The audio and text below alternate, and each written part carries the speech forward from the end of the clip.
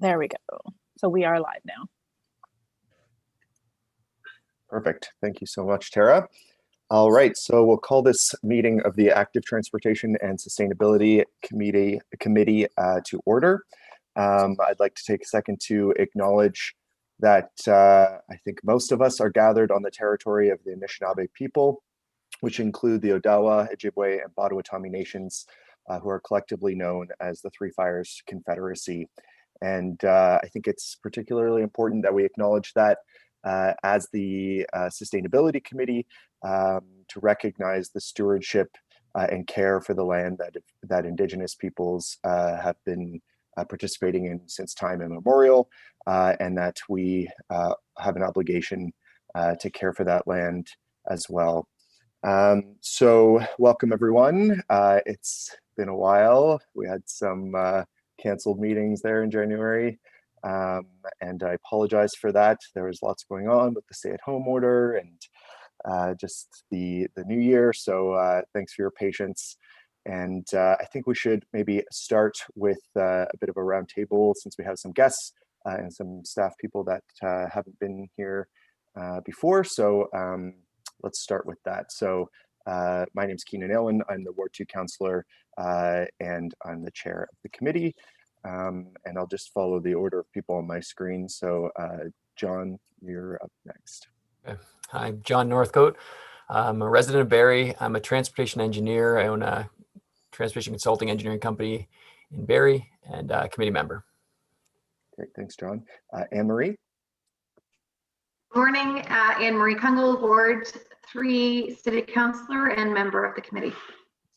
Thanks, Anne-Marie. Sherry? Sorry, good morning. Sherry Diaz, public health nurse from the Simcoe Muskoka District Health Unit and member of the committee. Good morning. Good morning, thanks, Sherry. Eric? Hi, good morning. Eric Van Wiesenbeck, Barrie citizen, committee member, and active user on a daily basis of Barrie's roads and sidewalks and everything. That's great, thanks, Eric. Jeff Sharp? Good morning, everybody. City of Barrie employee, current role is supervisor of traffic operations. Thanks, Jeff. Tyler? I work as a private, Tyler Searles, I work as a private planning consultant and I am a member of the committee. Thank you, Tyler. All right, Kevin Rankin. Good morning, I'm Kevin Rankin, the manager of Parks and Forestry Operations, staff member and guest of the committee. Thank you, Kevin. Brett? Morning, everyone. I'm Brett Graytrix. I'm the supervisor of transportation planning. Thank you, Brett. And Kevin Bradley. Hi, everyone. Kevin Bradley, manager of Parks Planning. Happy to be here. Thank you, Kevin. Al? Al McNair, retired planning consultant and conservation chair for Nature Barrie. That's great. Thank you, Al. Eric Jacoby Hawkins. Welcome. And you're still on mute. All right, we can maybe come back to Eric. Mike McConnell. Hello, everyone. Mike McConnell here, representing Barrie Transit, if you have any questions for transit. Thank you, Mike. Sandra. Good morning and happy Tuesday. My name is Sandra Bernay, and I'm the manager of business performance and environmental sustainability for the city of Barrie. And thanks for having me at this meeting. Thanks for being here. All right. So I'll introduce our guests for our first item. So we have Jack Gibbons and Eve Wyatt from the Ontario Clean Air Alliance to present about the phase out of gas-fired power plants in Ontario. Welcome and take it away. Thanks, Keenan. I'm Jack Gibbons from the Ontario Clean Air Alliance. And it's great to have the opportunity to talk with you and your committee today about our campaign to promote the phase out of Ontario's gas-fired power plants. Now, the Ontario Clean Air Alliance was established in 1997 to promote the phase out of Ontario's 5 dirty coal-fired power plants. And we worked on that campaign for 17 years until the last coal plant was phased out in 2014. And now we're working to promote the phase out of our gas-fired power plants by 2030. Next slide, please. Sorry, I just lost my screen. There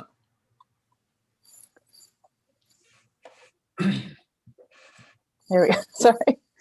Thank you. So this slide shows the historic and forecast greenhouse gas pollution from our electric power plants. And the good news is that between 2005 and 2017, the greenhouse gas pollution from our power plants fell by 93% because of the coal phase out. But since 2017, the pollution from the gas plants has started to rise again. And according to the IESO, or Independent Electricity System Operator, the greenhouse gas pollution from our power plants is forecast to rise by more than 300% by 2030 and by 500% or more by 2040. And if this occurs, we will lose approximately 40% of the pollution reduction benefits that we achieve by phasing out dirty coal. Next slide, please. Now, there are 3 major reasons why the IESO is predicting this huge ramp up in pollution from the gas-fired power plants. The first reason is that they're forecasting that the demand for electricity in Ontario will rise by about 1% a year. The second reason is they are predicting that the Pickering nuclear station will close in 2025. And the third reason is that the Ford government is planning to meet virtually all of our need for new electricity supply simply by ramping up the output of our existing gas-fired power plants. That is, they're going to meet our future needs by importing more frack gas from Western Canada and Pennsylvania to ramp up the output of our gas-fired power plants between now and 2040. Next slide, please. Now, as I'm sure most of you know, Ontario has a climate target. It's to reduce our greenhouse gas pollution by 30% by 2030. But according to the Auditor General, we're not on track to achieving our target. But here's the good news. If we phase out the gas-fired power plants, that will give us all or virtually all of the extra pollution reductions that we need to achieve our 2030 climate target. So that's why we're calling for the phase out of the gas-fired power plants by 2030, because it's the easiest and lowest cost way for Ontario to meet its climate target. And by phasing out the gas plants and creating a 100% carbon-free electricity grid for Ontario, that will make it easier for Barrie and other municipalities to achieve their climate targets. Next slide, please. Next slide, please. There we go. Sorry. Great. Thank you, Tara. Yeah, so we're proposing a 3-pronged strategy to phase out the gas-fired power plants. The first prong is energy efficiency investments to reduce the demand for electricity and therefore the need for the gas plants. The second prong is Quebec water power. Quebec has a huge surplus of hydroelectricity. Most of this surplus is now exported to the US, mostly on the spot market and mostly at very low prices. So some of these exports could be diverted to Ontario to help us phase out our gas-fired power plants. And the third prong is investing in wind and solar energy. Now, wind and solar used to be a very, very high cost sources of electricity supply, but thanks to huge technological progress, they are now our lowest cost sources of new electricity supply. Next slide, please. Now, additional good news about investing in energy efficiency and wind and solar is that they can create jobs in every single community in Ontario. Whereas if we meet our needs simply by importing more frack gas from Western Canada or Pennsylvania, That will create 0 new jobs in Ontario. And sorry, not just yet. Back. And we all know that the wind doesn't always blow and the sun doesn't always shine. So water power and solar power need a backup or storage option. And that's why we're so lucky to be located right next door to Quebec, because Quebec's huge hydroelectric reservoirs can act like a giant battery for our wind and solar energy. So by integrating our wind and solar with Quebec's reservoirs, we can convert intermittent wind and solar into a firm 24/7 source of electricity supply for Ontario. Next slide, please. Now, this slide shows the costs of Ontario's various carbon-free electricity options. And the lowest cost options are on the left-hand side. And the good news is that the options that we're promoting are now our lowest cost options to phase out the gas-fired power plants and to keep our lights on. For example, if you look at the yellow bar graph in the middle with 9.6 cents on top of it, that's how much we're paying for nuclear electricity today in Ontario. And if you look to the left of that bar graph, the options we're promoting are all lower cost than 9.6 cents. Energy efficiency, Quebec water power, solar energy, onshore wind are all lower cost. So these are the most cost-effective options to phase out our gas plants and keep our lights on. Next slide, please. And I'm pleased to note that over 50 organizations are supporting our call for the phase out of the gas-fired power plants by 2030. And they include Aware Simcoe from Barrie, the David Suzuki Foundation, and the Registered Nurses Association of Ontario. Next slide, please. And in addition, so far, 13 municipalities have passed resolutions calling for the phase out of our gas-fired power plants. And so I'm here today because I'm hoping that your committee will recommend to the City of Barrie that Barrie also pass a resolution requesting Ontario to phase out the gas-fired power plants to help Ontario and to help the City of Barrie meet their climate targets. So thank you very much for your attention. And if you have any questions, I'll be pleased to answer them. Thank you so much, Jack, for that presentation. Very informative. Before we get to questions, I'd just like to draw everyone's attention to the draft resolution that has been circulated by Tara to the committee members. So that's what we're looking at in terms of a resolution passing through this committee that would then go to a reference committee of council and then to council itself. So you can check that out in the email Tara sent. But are there any questions on the presentation or the resolution for Mr. Gibbons? No questions at all? Oh, John, go ahead. Yeah, great. Thanks for the presentation. Yeah, great information there. I guess the one part that I didn't see in there was what's their cost or projected cost for the gas, the 3 power plants that they're proposing to put in. What's the unit cost that they're projecting for that, including capital costs? Do you have the number?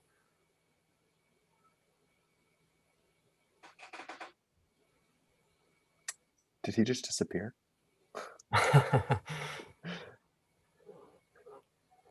Your question scared him off, John. Come on. That's not a good sign.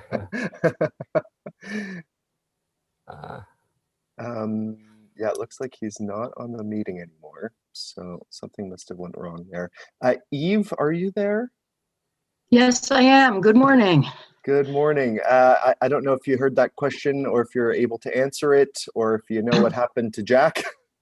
I'm sure Jack will be back. He definitely has all the figures at his fingertips. But my understanding is that the cost of the gas generation is really the cost of the gas, because there are 5 existing plants that would be used, which is about 3 cents a kilowatt hour. Thank you for that. Okay. John, did that answer your question? Yeah, that's great. Yeah, thanks. And Of then I had course, one other question. Yeah. the ones that are shown on the graph are the clean energy supplies with the GHGs. Okay, thank you. John, was there a follow-up to that, or? Sure. Not specifically to that one, or I guess just confirming. So, and our current rate is like 8 cents. That's what Ontario is selling gas at. 8.5 maybe. Does anyone know? You know, I'm sure hoping Jack will get back, because when it comes to Railing you the at this. markets for electricity, he really knows it like the back of his hand. So Right. Okay, I defer to him. Okay, so maybe one other question. I don't know if this is directed to you even or not, but so in our resolution, we're going to put that 2.5 megatons cap of greenhouse gas pollution per year. What does that translate to? Is that, I guess, does that mean those gas plants are down? I'm just trying to understand how that relates to the 3 gas plants. I don't know if that's...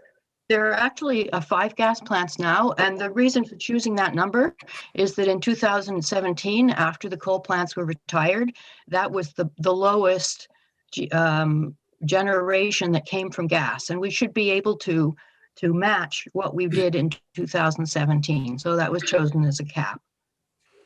I see. Okay. Keenan?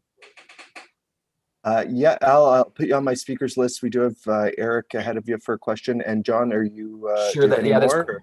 Sorry, let everyone go ahead. Yeah. All right, and we can come back once Jack comes back on for your other question. All right, Eric, you go ahead. Thank you, Keenan. Eve, this is Eric Van Wiesenbeck. I'm just curious about in that plan. Is there the capacity in the 5 existing gas plants? Is there enough capacity in those to meet the 1% increase on an annual basis of electricity? Yeah. Sorry. So yes, there is. The province, the 5 plants that are there now are not used anywhere near capacity. But the problem is that when they're used, they do generate the GHGs. And so the option is to look for other ways that can be accomplished. And the 3 things that Jack mentioned, the conservation, the renewables, and the hydro, there are various different combinations that could meet the 1% increase and meet Ontario's in the future. Thank you very much. Thank you for that. All right, I saw, so Al's up next, and I think Anne-Marie also had a question. So Al, go ahead. Thanks, Ken. The hydro generation from Quebec, essentially, this is sort of an expansion of the James Bay power system, correct, Eve? It's using the existing hydro that's there, and that's a lot of it is sold on the spot market in the... Okay, I think that answered that question. But what I was curious about, we know that in life nothing is free, and in the environment everything has impacts. So I'm just wondering if we have a handle on what the impacts are of on things like you know, if we're creating more generation by changing water levels in reservoirs and stuff.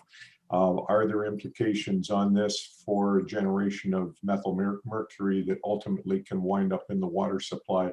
I'm just looking at, I'd just like to have a handle of what the potential, what the extent of potential downside is from generating more water power in Quebec, both the generation and the transmission of it. Because all of those things, if we need to increase transmission capability, more power lines and stuff, there are impacts from doing that. And I think if this is going to be successful, we need to have those kind of answers in our pockets to respond to questions from council members or others in the political sphere. So can you shed any light on that for us, Eve? Well, my understanding is that the hydro that Ontario would be acquiring would not significantly change the operation of Ontario's hydro system as it is now, and so that there would not be any significant change to the the water levels and the flow of the water. It doesn't involve new construction of hydro facilities. It would require additional transmission lines or upgrading of existing ones. The corridors for those already exist and have facilities in them. And it would be a question of increasing the capacity of those lines. And again, if Jack is able to return to us, he has more specifics on the pricing of those things as well. That's great. Thank you, Eve. Tara, do we have an update on Jack's? Unfortunately, he hasn't appeared yet. Okay. All right. We'll keep going. Al, does that answer your question? Do you have a follow-up on that? Just wanting to know, because when Jack was doing the presentation, part of the argument for the water power one was that we can raise and lower the levels in the reservoirs to generate more, let more water out, generate more power, to handle the peaking problems that wind and solar may have some problems with. And I just wanted to have a clear understanding of whether that water level fluctuation does have any environmental downsides to it that we need to take into account in the discussion. Okay. I believe that it's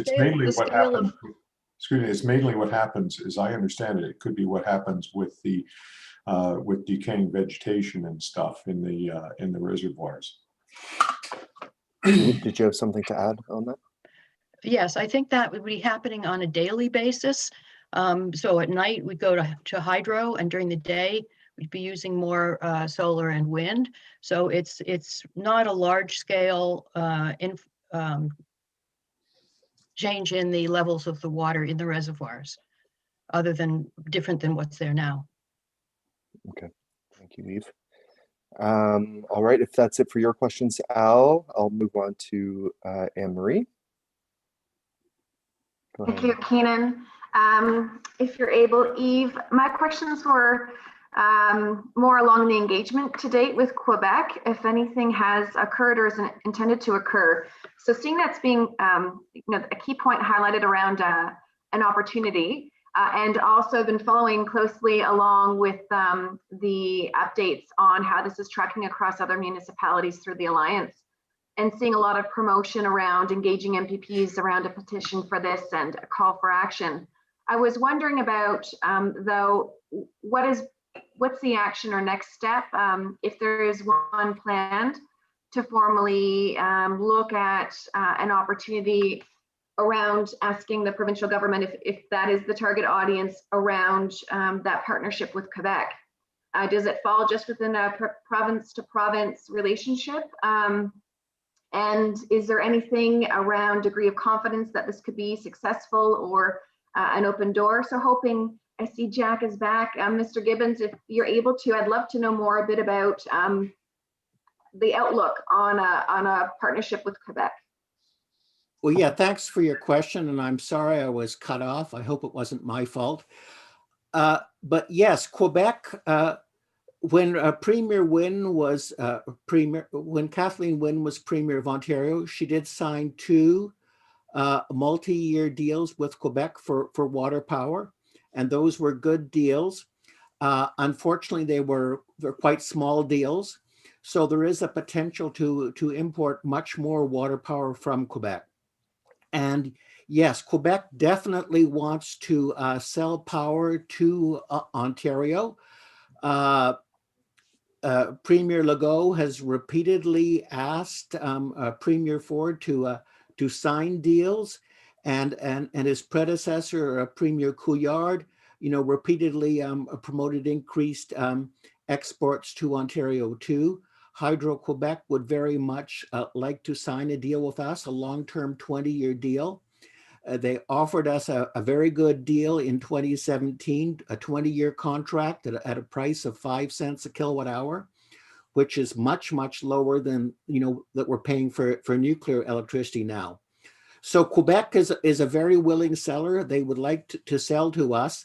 Unfortunately, the Premier of Ontario hasn't agreed to do that yet. So that's why we're trying to build up as much public and municipal support as possible. When we had our campaign to phase out the dirty coal-fired power plants, one of the main reasons we were successful is that we had the very strong support of municipal governments. In particular, Hazel McCallion really got our campaign going because she held a press conference with me outside the Lakeview coal-fired power plant in Mississauga in March 2000, and she demanded that it be shut down. And after the press conference was over, she said, "Jack, don't worry, I'm going to take care of this." And she did. And as a result, 1 year later, the Mike Harris government issued a legally binding regulation requiring the shutdown of the Lakeview coal-fired power plant. And in addition to Mayor Hazel McCallion's support, 11 other municipalities joined the alliance and called for the phase out of the dirty coal-fired power plants. And so now we're trying to replicate that success. We're building support from many municipalities, and we're hoping, and then we're also getting the public to contact our political leaders. Mike Schreiner from the Green Party has called for the gas plant phase out. We're hoping that Stephen Del Duca and Andrea Horvath will also call for the gas plant phase out soon, and then ultimately that the Premier Ford will agree. Thank you. Go ahead, Anne-Marie. And to some other questions, if I may come back to you, Mr. Gibbons, are you looking to engage in the pre-budget consultations and tie any type of cost specific to what a relationship or a potential contract with Quebec would look like? And is that something we would be able to look for as a supplement around information, or being more specific in any of our recommendations, motions, or other actions on a go forward, actually around not just phasing out, but actually then adopting a potential opportunity here that seems to have worked in concept in the past? Well, absolutely. The pre-budget consultations are another forum to make this case. The provincial deficit, at the moment, there's $6.2 billion of the provincial deficit is to subsidize electricity rates. And a much better way to lower our electricity costs is to actually reduce the cost of electricity generation, not just use taxpayers' dollars to subsidize a high cost generation. So one of the options we can do is import Quebec water power, not only to help us phase out the gas-fired power plants, but also to reduce the need to rebuild 10 aging nuclear reactors at a very high cost.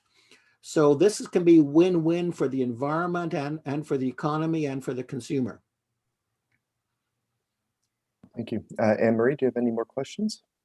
No, that's all my questions, and maybe just a carry forward. I'll look at, I think, Tara, the document you just sent has the resolution we're considering, but I'm asking these questions more for just depending on what's in that resolution. I haven't seen necessarily that next step, Jack, unless you have in those other municipalities. That really does speak also to a bit of the justification tying to also a call to move towards Quebec water power relationship, and whether or not that would be suitable to consider at this time, or if that's later down the line. But as municipalities are motioning, if that should be something to consider as well. Well, yes. I mean, we've laid out a three-pronged strategy to phase out the gas plants: energy efficiency, Quebec water power, wind and solar investments. They're all good ones. The good thing about Quebec water power is that it's available right now. We've got existing transmission lines with Quebec, but we're not using them to the full extent possible. We could more than triple our imports of low-cost water power from Quebec instantaneously, just by buying Quebec water power and to replace the gas-fired generation that we're using now. So the Quebec options is a great option. It's clean, it's low cost, it's available instantaneously, and over the long term, we can also expand our transmission links with Quebec at a very low cost to get even more clean water power to help us lower our bills, phase out the gas plants, and move to a 100% renewable electricity grid. Thank you. Okay. You're welcome. Thank you. All right, I see Brett has his hand up. Go ahead, Brett. Thank you, Mr. Chair. Just a question for Mr. Gibbon. So as we start to see jurisdictions ban the sale of ICE-powered vehicles in the early 2030s, plus coincidentally, that technology really will be fully mature at the time frame. So we're going to see households potentially quadruple their energy usage, say from 24 kilowatt hours to maybe even 100 kilowatt hours per day, depending on their commute. Hopefully they'll walk and ride a bike, but that's only going to capture kind of a small percentage. Is this 1% growth forecast accurately capturing that anticipated explosive growth? And also, would this resolution potentially impact the ability for the province to supply that significant gain in energy need and that transition from gasoline energy to electrical energy? Well, yes. The IESO's growth forecast, it does incorporate their assumptions about electric vehicle growth. But the important thing to remember about electric vehicles is that they're so much more energy efficient than gasoline-powered vehicles that their impact on our electricity demand is not nearly as great as most people would intuitively think. For example, if we had 1 million electric cars in Ontario, that would only increase our electricity demand by 2%. And if we had all our cars were electric, that would only increase our electricity demand by 17%. So we can certainly meet like a 17% increase in electricity demand through the energy efficiency, through Quebec water power and wind and solar. We've got a huge, potential for wind and solar here in Ontario. There's also a huge potential in Quebec, and our energy potential, efficiency potential is also great. So yes, we can definitely move to an electricity future powered by renewable electricity. That's great to hear. All right, thanks, Brett. Great question. All right, I see Eric Jacoby Hawkins has his hand up. Go ahead, Eric. Yeah, I was just noticing as far as electric vehicles, most of them tend to charge overnight when we have surplus electricity that we currently pretty much give away to our customers or to other jurisdictions. So I think a lot of the charging would be almost invisible, or at least would be flattening the demand curve, which is something we're trying to do anyway. And I know more and more of the electric vehicles being sold, and they're even being advertised on TV, will hold power and return it to your house in a period of high demand. So rather than seeing electric vehicles as a drain on the system, something we have to ramp up electricity, they actually become a resource allowing us to store cheap overnight power and access it during times of peak demand when right now we're running peaker plants. So I think they're actually more of a solution than a problem. Yes, that's absolutely correct. The electric vehicles with their batteries will definitely be able to help us displace the gas-fired power plants, which are currently needed, on peak demand days when our air conditioners are going full out. Thanks for that, Eric. Great point. I see the other Eric has his hand up now. Go ahead. Yes, thank you. Jack, as part of the consideration, we're just talking about electric vehicles, and the demand that they will create.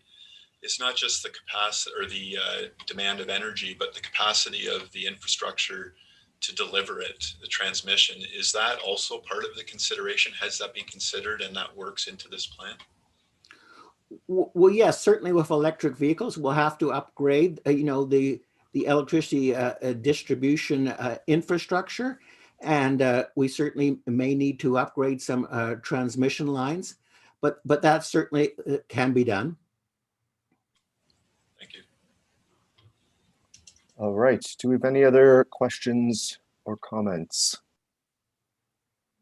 Not seeing any hands. Oh, John, go ahead. Sorry, just wondering if, and I don't think it's been asked yet, but are the other municipalities that have put something forward, are they also capping it at 2.5 megatons? Was that their approach, or do they is it kind of consistent in what everyone else is doing with what their request is? And is, Yes, well, there's 13 municipalities so far have passed the resolution.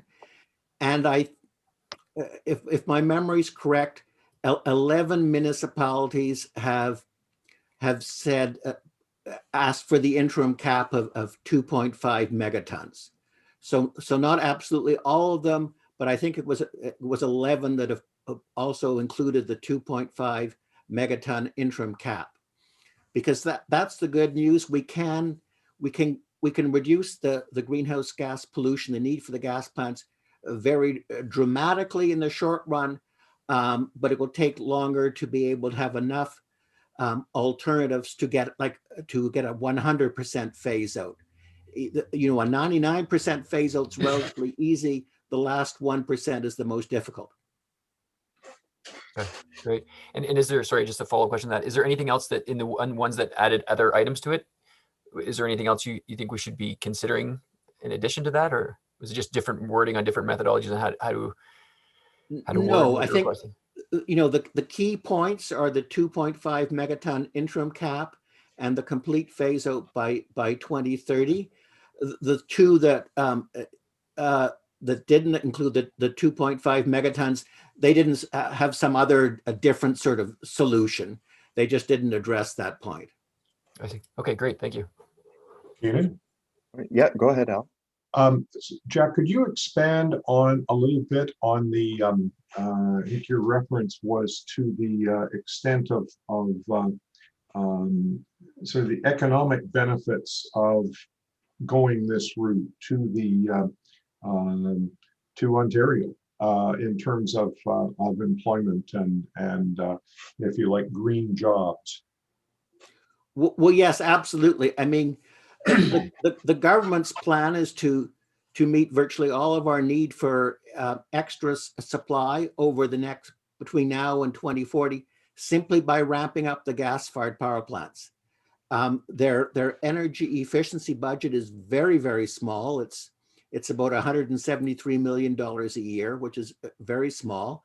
And they've got absolutely no plans to procure any more wind or solar energy. And they've got no plans to procure more low-cost Quebec water power. So it's really focused on meeting our future needs and our needs, to fuel these electric vehicles and electrify our buildings simply by importing more frack gas from Pennsylvania and Western Canada, which will just create zero new jobs in Ontario. And so it makes no sense from a job creation point of view, and it makes no sense from the point of view of building a green economy, which is the future, the way the world is going. So what we're proposing, it can create jobs in every single community. Like there can be energy efficiency investments in Barrie. There can certainly be solar on your rooftops. And so this is the best way to go in terms of job creation instead of just importing frack gas from outside of Ontario. Thank you for that. Al, does that answer your question? Any other follow-up on that, or? Yeah, I think that's I just think that that's a very critical item, again, in terms of building the political constituency to support this. And although municipal councils aren't based on party affiliations in terms of running for a seat on council, there are many councils have ideological bents among some of the members, which they will need to be convinced on that aspect of things. That was very diplomatic. I like that. Thank you, Mr. Chair. You're so kind. All right. So, not seeing any other questions or comments. So, I hope everyone's had an opportunity to look at the resolution. And I guess at this point, I would ask if there's a member of the committee who's willing to put that resolution on the floor for a vote. I will, Ken. Okay, I see Anne-Marie and Al, so we'll get, I saw Anne-Marie's hand first, so Anne-Marie will move it. We'll get Al to second it. Oh, I'm happy to switch that around. And then I can blame Al if I get any feedback on it. Okay, we'll do that then. And I'm We'll take it. very happy to, but Okay, so that's on the floor. I don't know if anyone wants it read out loud, or has everyone had a chance to look at it? How does everyone feel? Are we feeling okay? Eric, I see your hand. Where do I view that, or could we read it out loud? I will read it out loud. How about we do that? It's in your email. Tara sent it to all the committee members, so it'll be probably your most recent email from Tara, but I'll read it out as well. So the resolution reads, whereas the government of Ontario is planning to increase electricity generation and greenhouse gas pollution. Oh, look at that up on the screen. Perfect. From Ontario's gas-fired power plants by more than 300% by 2030 and by more than 400% by 2040, reversing more than a third of the greenhouse gas pollution reductions achieved by phasing out our coal-fired power plants. And whereas greenhouse gas pollution is causing temperatures in Canada to rise at more than double the rate of the rest of the world, causing impacts to the operations and citizens of the City of Barrie. And whereas the city is taking measures to mitigate and adapt to the climate impacts caused by increasing greenhouse gas pollution, and whereas the planned increase in electricity-related greenhouse gas pollution will reduce the effectiveness of the City of Barrie's greenhouse gas reduction efforts, and whereas there are feasible, cost-effective alternatives to increasing gas-fired electricity generation without increasing greenhouse gas pollution at costs well below the current price for Ontario's nuclear energy, which is 9.6 cents per kilowatt hour, including energy efficiency investments, low-cost distributed renewable energy, providing employment in Ontario communities and restoring our leadership in this industry, the purchase of low-cost power offered by the province of Quebec from its existing hydroelectric generating stations, and using Quebec's system of reservoirs like a giant battery to back up made in Ontario renewable power, eliminating the need to use gas-fired power plants for this purpose. Therefore, be it resolved that the City of Barrie requests the Government of Ontario to place an interim cap of 2.5 megatons per year on the greenhouse gas pollution from Ontario's gas-fired power plants and develop and implement a plan to phase out all gas-fired electricity generation by 2030 to help the City of Barrie and Ontario meet their climate targets. And be it resolved that this resolution be sent to the Premier of Ontario, the Minister of Energy, Northern Development and Mines, the Minister of the Environment, Conservation and Parks, all local MPPs, and the Association of Municipalities of Ontario. That's it, right? That's a mouthful. All right. Okay, so that's the resolution. Are there any more questions or comments on the resolution itself? I can't see everyone's camera on my screen. Yeah, go ahead, Al. Yeah, just in reading the resolution, the reference in the actual resolution at the end was to the City of Barrie and Ontario meeting their climate targets. Jack, should Canada's targets not be listed in there as well, because it's Canada that's the signatory to the Paris Accord? Just a question. Well, sure, you could amend it to include that point too, if you like. What do we think? Do we think, or is it maybe perhaps more valuable to keep it focused on the local and provincial level, since that's who we're, that's the decision maker in this instance? What do we think? Are you suggesting that we might be poking the bear in the eye with a stick? I mean, potentially, but yeah, I mean, personally, I think I kind of like the focused attention on Ontario, but I'm willing to hear different from committee members if that's what they think. Anyone else care to speak to that? I had some Zoom problems during the presentation. I'm just wondering, what is the current megatons per year emission from our gas plants? Good question. Jack? Just a minute, I can tell you.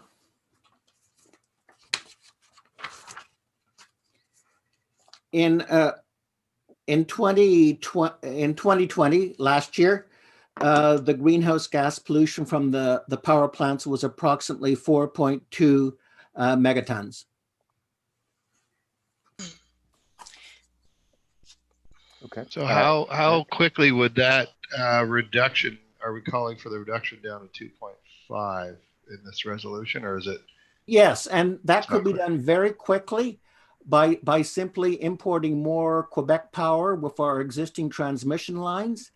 And it could also be achieved very quickly by curtailing our gas-fired electricity exports to the United States. For example, in 2019, 35% of our gas-fired production was exported to the United States. So there's those two actions that could be taken immediately, and they could get us down to the 2.5 megatons now. Thank you. Excuse me, Jack, what percentage was that? In 2019, 35% of our gas-fired electricity generation was exported to the US. Thank you. Thank you for that. All right. Any other questions or comments from members of the committee? Eric? Go ahead. Just a comment. I agree with Al. I think putting a mention of Canada, helping Canada meet its climate target as well, it carries some weight to it, especially since this is a provincial focus, but talking about inter-provincial cooperation with Quebec. So for what that's worth, I think it can help. And the focus of the actual action in the resolution is focused on Barrie requesting to the government of Ontario. So that I don't think is lost or diluted at all, Keenan. That's my opinion. Yeah, great point. Yeah, I don't see a problem with adding, like, we could probably just add the language quickly. Sherry, I see your hand, so I'll go to you. Yeah, I was just going to say the same. I agree with Great. Eric. And I'm curious to know, Jack, thank you for your presentation. Do we know if other provinces have taken a similar approach with similar sort of advocacy efforts to their own governments, provincial governments? Well, not yet with respect to the gas-fired power plants, but you have to remember, again, we always think back to our coal phase-out campaign. When we launched the campaign, no government anywhere in the world had phased out dirty coal to achieve environmental and public health benefits. But Ontario was a leader. We were the first jurisdiction in the world to phase out coal to achieve public health and environmental benefits. And then the rest of Canada copied us. And now also countries around the world are working to phase out coal. So I see it the same with this gas plant phase out campaign. We're hoping that Ontario will be the first jurisdiction in Canada to phase out the gas-fired power plants, and that then the other provinces will copy us. Okay, thank you. Great, thank you. So just cognizant of the time, we're coming up on an hour, so I'd like to get to this to a vote if possible.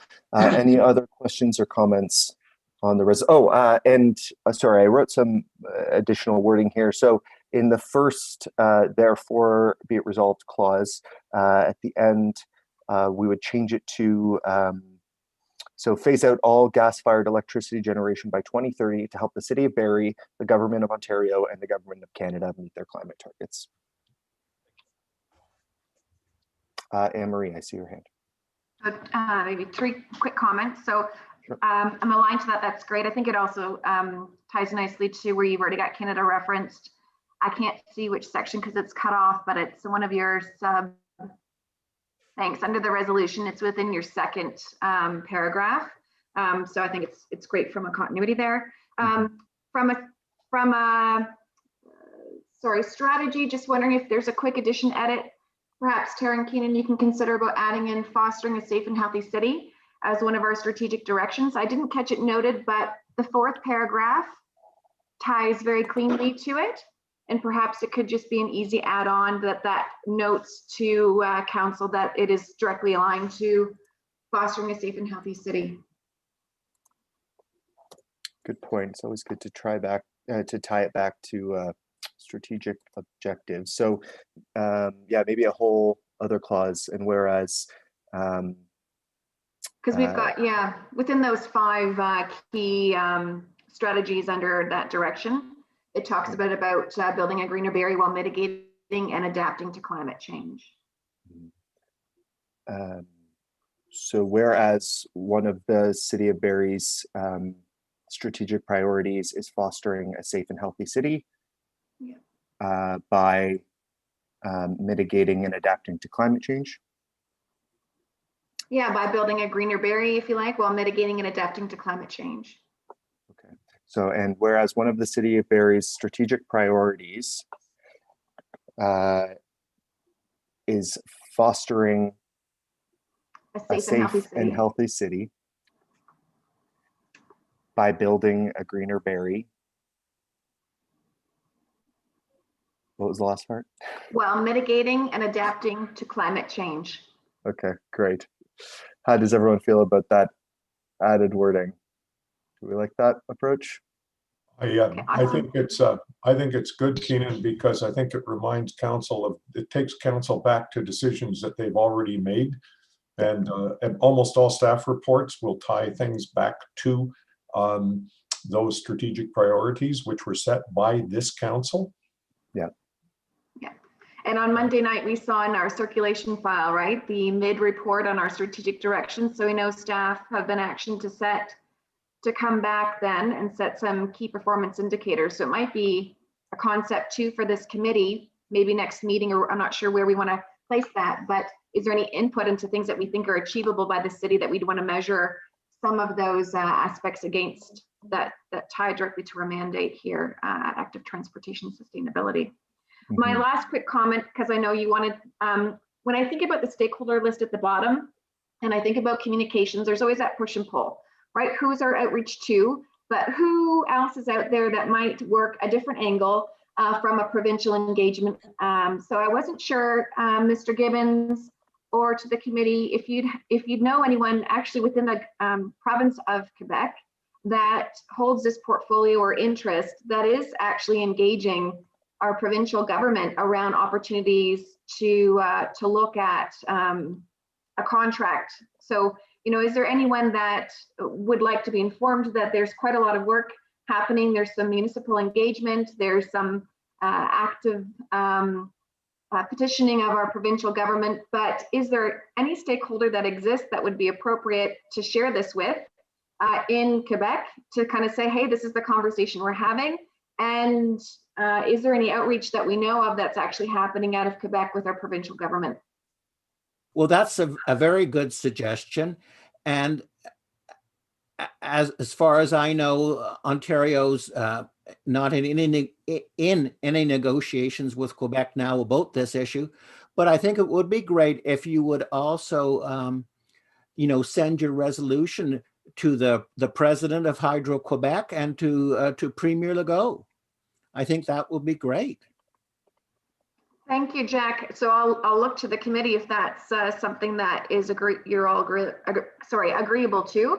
But I think it would be nice if we look at how do we extend this to those key stakeholders involved in having the conversation. Keenan, I would suggest that with the provincial ministries that are listed on there, that the Minister of Health be included. I think it's sure, and there's lots of opportunities to circulate this more broadly, but this is, I mean, this is the biggest team effort that we're going to face aside from COVID, and you know, let everybody know where Barrie stands. And so I guess, and in that added paragraph, Barrie needs to be capitalized. For sure. Yeah, we can clean up some of the formatting after the fact. As long as we get the gist of it, it's okay. We're a bit more casual at these advisory committees. So. And then lastly, because we added Canada more formally in the bottom two paragraphs, should we add the MPs, not just local MPPs? Yeah, all local MPPs and MPs. Sure. Why not?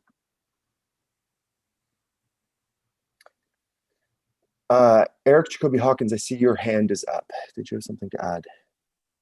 The whereas that Anne-Marie added fits best if it becomes the third one on the list. It fits okay, the flow better. Sounds good. Let's do it. All right. Can I make a final comment and then I will let you move on the agenda? I'm sorry. So I have seen our Ontario Big City Mayors, 29. So our mayor, Jeff Lehman, is the chair of that. but they have been having some pretty, not that they haven't in the past, but I've been like starting to pick up on this, pretty progressive motions. I'm wondering, A, if they're on the list for us, but maybe it's more of a comment for Jack. If you haven't engaged the Ontario Big City Mayors, I think that could be a really great stakeholder group. I'm hearing that that is a group that different members of different provincial political parties are connected in with. And it might actually help you to look at a blanket resolution for those 29 large municipalities and see what the gap is between the 13 that you have to date. Well, thank you very much. That's a great suggestion. We have been in contact with AMO in the past and the Clean Air Partnership, but no, we haven't approached the big city mayors. So that's a great suggestion. Thank you. You're welcome. Henry, is the big city mayors part of AMO, or is it a separate, distinct organization? I can get you more information on that. How I'm reading it is that they are their own caucus, like they are their own entity and have their own supports, but do tie in just because they hold an elected official seat with AMO. But I can get some clarification from Mayor Lehman or maybe someone tied to that for you. Yeah, just wondering, because if it's going to AMO, it could be included in that. Just depends if it's a separate, distinct organization from AMO, then by all means mention it. I'm pretty sure AMO will have their own policy and they'll come out with their own policy positions. But the big city mayors have also been posting under their own brand and letterhead their own motions and own advocacy to provincial and federal governments, the most recent being a sick pay for essential workers in the front line during COVID. So I would say separate and distinct would be appropriate. Okay, do you think we should add them to that last paragraph then? So all local MPPs and MPPs, the Ontario Big City Mayors Caucus, and the Association of Municipalities of Ontario. Thank you. And I've just gotten some input in directly offline to separate it. So yes, do assume it is separate from AMO. Okay, awesome. And we officially it's called LUMCO.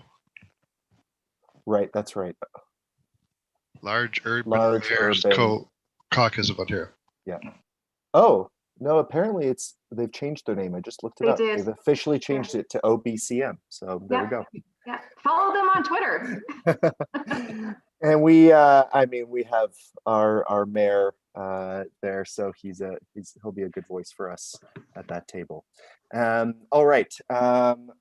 Any other final comments or questions on the resolution before we bring this to a vote?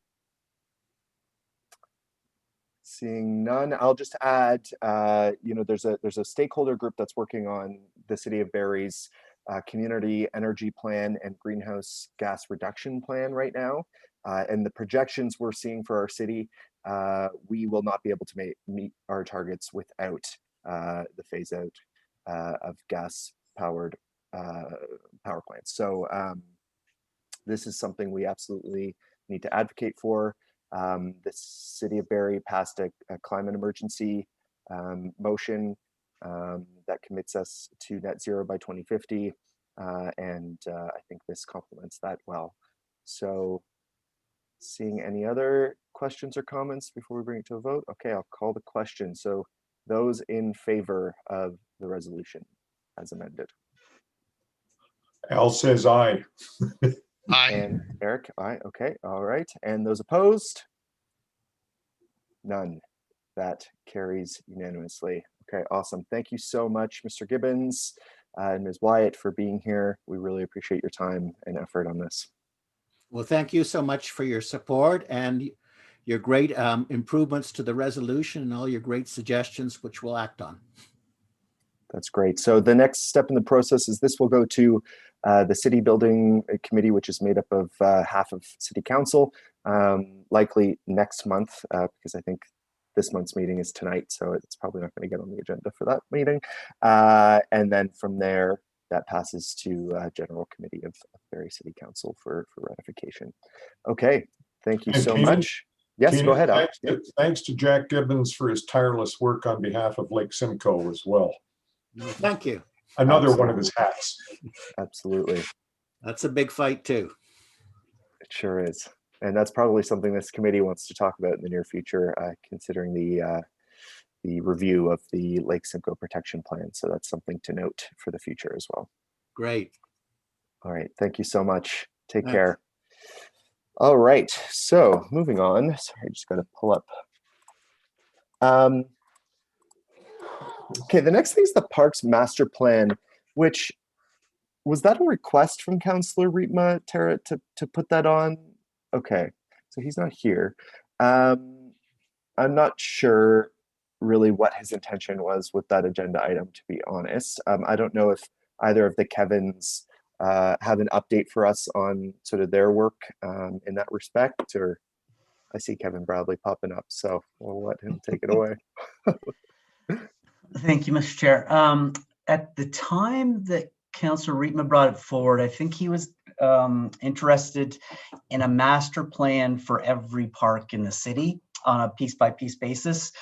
We had, I think, provided some feedback at the November meeting to defer to now to suggest that we should actually be looking at a park strategic plan more holistically, looking at historically the Parks and Recreation Master Plan had been kind of outdoor play, sports focused, touched a little bit on environmental management restoration, but some of the work that we're seeing that's more current from 880 cities, parks people, both organizations out of Montreal, I believe, is looking more at parks. I'm just looking at my notes while I speak, as places to help support public health, urban wellness, inclusion, equity, economic vitality, kind of a quality of life for all. So that's where we see park strategic plans going, standalone plans, to kind of give us that overriding vision that then would obviously trickle down into the park classification system and how we plan and design for whether it's redevelopment of existing parks or the design of future parks that are coming fairly quickly, actually, in the growth lands. And I think that's kind of where we left it at that meeting. Yes, thanks for jogging our memory on that. I appreciate that. So I think in terms of this committee's role, doesn't sound like there's much action that's needed from us at this point. I don't know if anyone has any comments or questions on this piece before we move on. Let's see. Oh, Sherry, I see your hand. Go ahead. And I see Tyler as well after. Sorry, can you, thank you, Kevin. Can you please remind me of the timelines for the development of the update to the plan? There isn't, through you, Mr. Chair, there isn't any plan per se that has an update forecast for it. The Parks and Recreation Master Plan is now June 2010. What they did is they went out in 2017 for an update to that plan. And then for, I'm not so sure the rationale, they decided to de-scope it and actually brought it back to just an outdoor recreation facility study that was, again, focused on a provision strategy, mostly like, the number of tennis courts per, the number of playgrounds per, those type of things.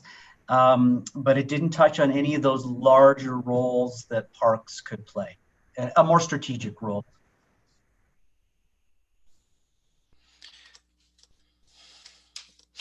I guess I'm asking because I'm wondering about future opportunities to provide input on the approach, those broader principles you've mentioned. Through you, Mr. Chair, I think, Sherry, for 2021, Parks Planning is still a new group. We've existed for a month. I think we're going to focus on the Waterfront Master Plan update this year, which will be a major undertaking. And then I'll speak with Michelle and some others, Michelle Banfield and some others, about the need to proceed to put an intake form for a capital plan or a study to do a standalone park strategic plan. We have, typically there's a suite of 3. So you would have a recreation master plan, which is really focused on the recreation services, a park strategic plan, and then a trails and natural areas strategic plan. We have the trails piece done as a Appendix D, I think, Brett could correct me if I'm wrong, to the active transportation master plan. So the trails have been dealt with. And then we'd have to speak to recreation about plans to either update the Parks and Rec master plan or to separate it into those standalone plans. But those conversations still have to be had at the staff level. Okay, thank you. All right, thanks, Sherry. Tyler?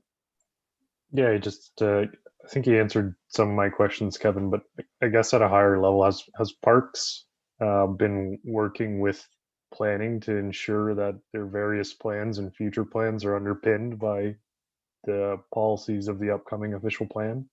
It's a long-term document. So notwithstanding the fact that your documents are likely going to be delivered at a later date, be wise to have the official plan policies in a position that would at least enable them through that document prior to that document being finalized and passed. Through you, Mr. Chair. That was the whole intent, Tyler, of putting parks planning into development services with planning. So we're working systematically together. And yes, we've provided comments into the official plan, and there is another public review period, I believe, that's another window that's open. Things that are more robust that weren't in there before are the types of parks. Urban agriculture, for example, using parks to alleviate food insecurity, things like that. There's a list of different themes that have a lot more attention in this draft than prior plans. That's great. Thanks, Kevin. Since the official plan was brought up, I'll mention this too, because I did want to update the committee on this. There was a fantastic subcommittee consisting of John, Sherry, Tyler, Al, hope I didn't miss anyone, who did some excellent work reviewing the draft official plan and had a lot of comments. And just the way the meetings worked out, we didn't get to bring it back to the entire committee before it was submitted. So it has been submitted to the planning or the Development Services Department as part of the public comment period. And perhaps we can circulate that after the meeting if anyone wants to take a look, but it was very thorough and valuable input. So that has been circulated, and I wanted to thank those subcommittee members for their hard work on that. Okay, anything else on the Parks Master Plan piece? Okay, all right, let's move on for now. So next up, we have an update on the naturalization of Crompton Park Subcommittee. So I'll throw that over to Anne-Marie, I think. Take it away. Thank you, so this is coming back to a motion the committee made around an ask that we look at Crompton area, which is in Ward 3, that has a beautiful naturalized space and enhancing that. So the subcommittee at this time is Kevin, Bradley, and Al. So Kevin and Al, chime in at any time if you like. We did meet. We've got a scope around some of the parameters and some next steps. More formally happy to, when some of the social distancing protocols are maybe lifted a little bit, if anyone would like to walk the space in the spring, we will have some walking tours of it with different stakeholder groups. Some engagement will start shortly with residents that are in the surrounding area. The intention is really to look at how we do some enhancement in a large walking path. And right now that area has seen some frag invasive species management, and we've got some early plans around how do we ensure that perhaps we identify some education awareness and engagement of individuals a bit more formally with that natural space. So we are in conversations with Al and likely through To Nature Barrie and other key stakeholders around signage and appreciating what's in the natural space. We are focusing on an existing field area, not going into a wooded trail lot.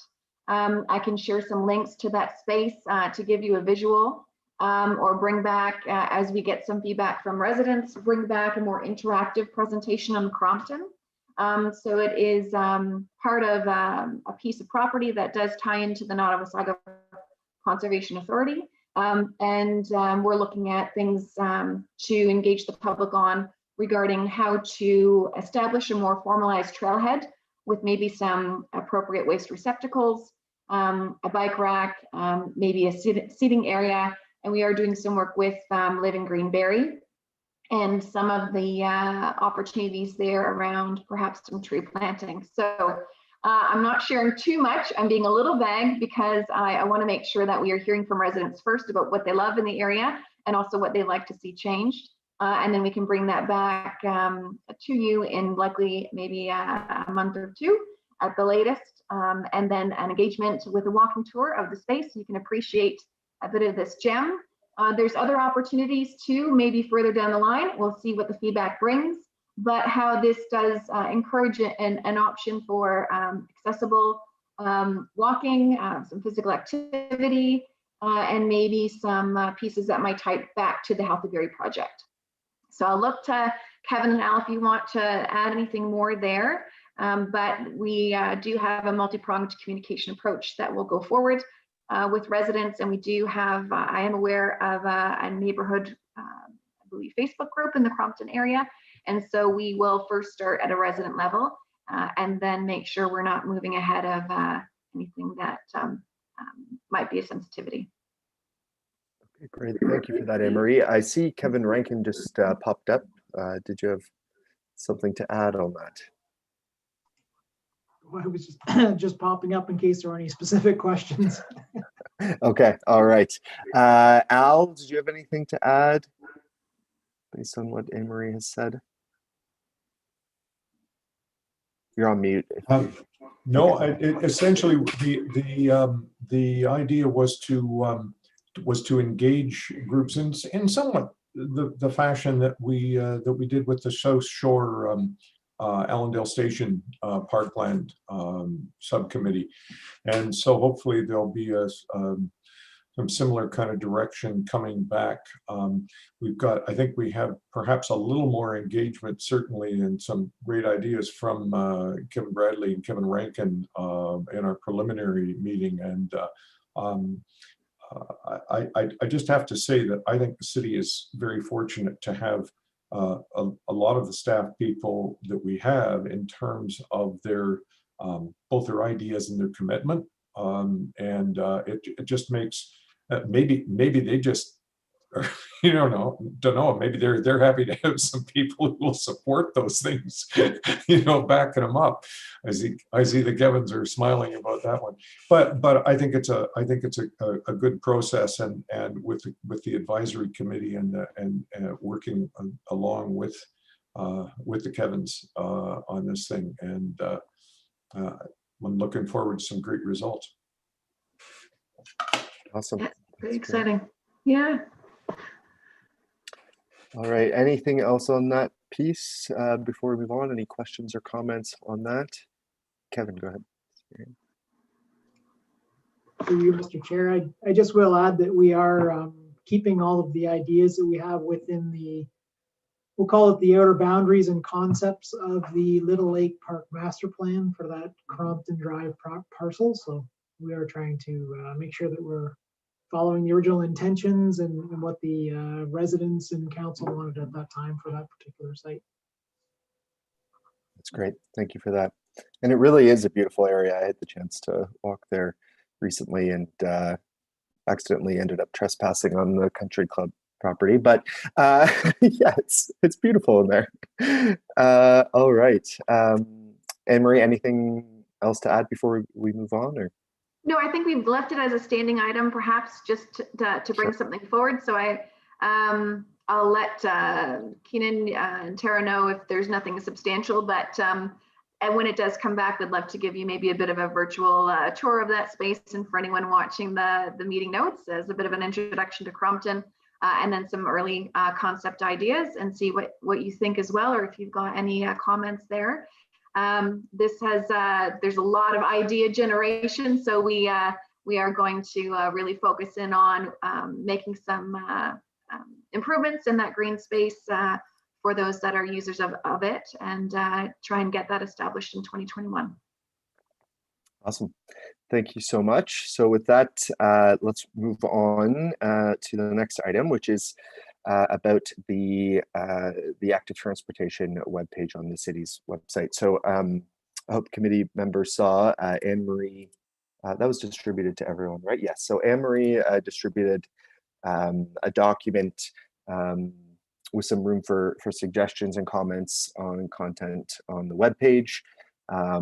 Thank you so much for doing that. So I think we've kind of been scrambling on how to organize the input on the webpage. So I appreciate bringing some order to that and a process to that. So Anne-Marie, I don't know if you wanted to talk about that for a second or introduce that. Yeah. Sorry for the delay on that. I owned an action out of the previous meeting to facilitate in some way gathering input.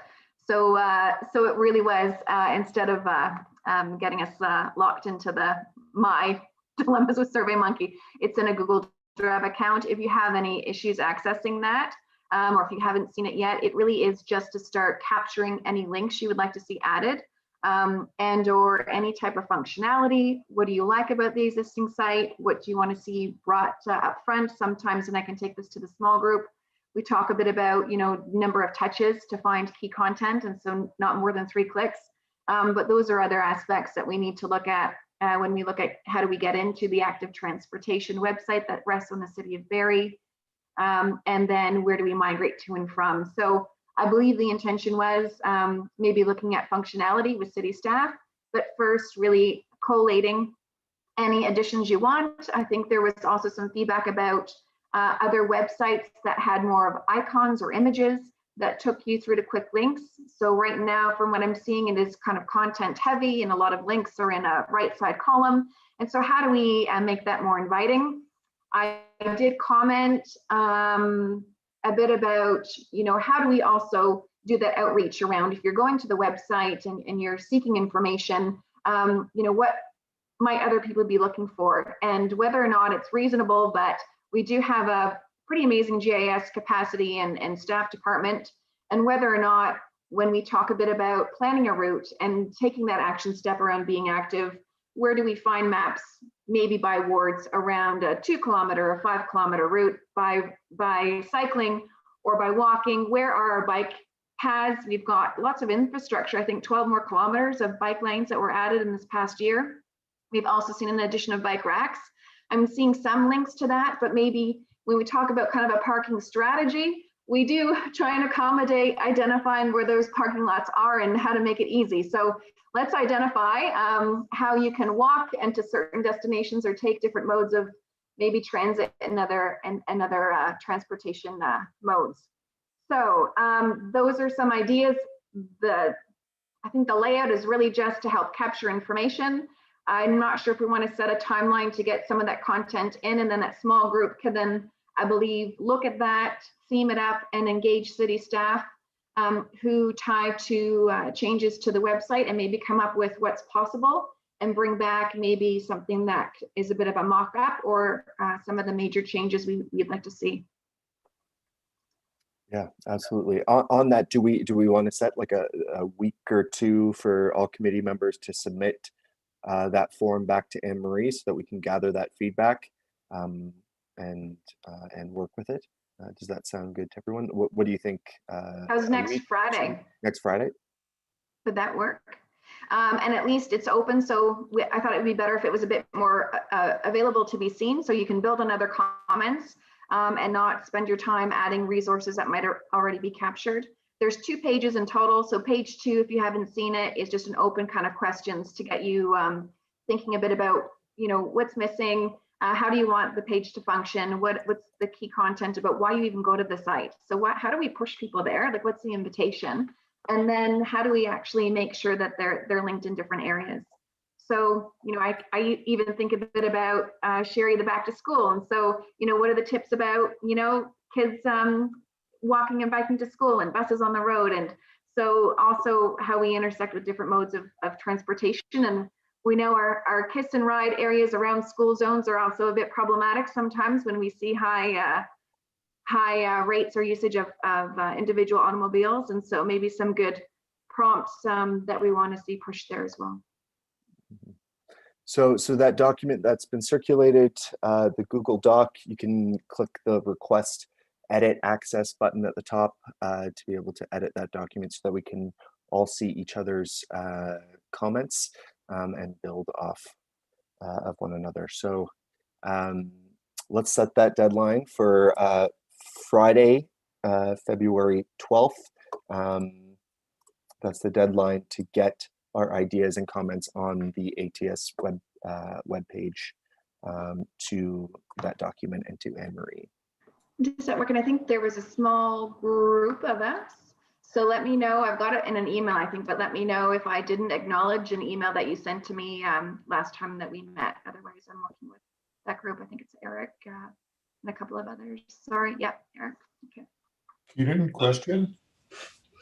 I'll go to Eric and then come to you, Alan, in a second. Okay. Sorry, just a question. I apologize, but I don't remember that document. Was it emailed out? Yeah, so it would have, I'll check, it would have come for me and I used the distribution list for the whole group. So you would have got it today before the meeting. Yeah, it was right before the meeting, so you might not have seen it.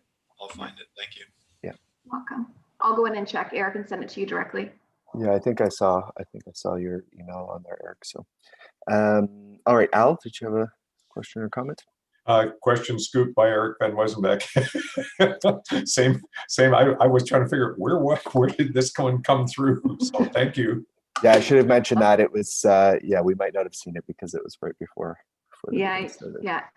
We can bring it up if you want to take a look at it if there's time on the agenda, but it was there just to make sure it was top of mind, tied to the agenda and some next steps.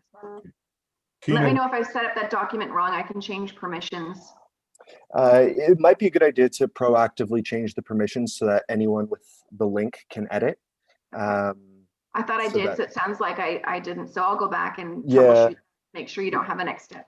Yeah, when I open it, it does say I have to request edit access. Okay, so thanks, Keenan. I'll go in. Okay, awesome. Thank you. Yeah, Al, did you have something else? Yep, go ahead. Similar thing with the comments on the official plan update. Were they sent around to all the committee members or not? We're not actually. It because we didn't have our past meeting in January. Right. We wouldn't really have an opportunity to comment on them, so they didn't get circulated. But I can circulate that to committee members so that they can see what was submitted by that subcommittee. Great, thank you. Okay, so Friday, let's get next Friday. Let's get our comments in on the web page. I think we have a great opportunity to really start pushing out some more communication from our committee. Any other comments or questions on that piece? Sherry, go ahead.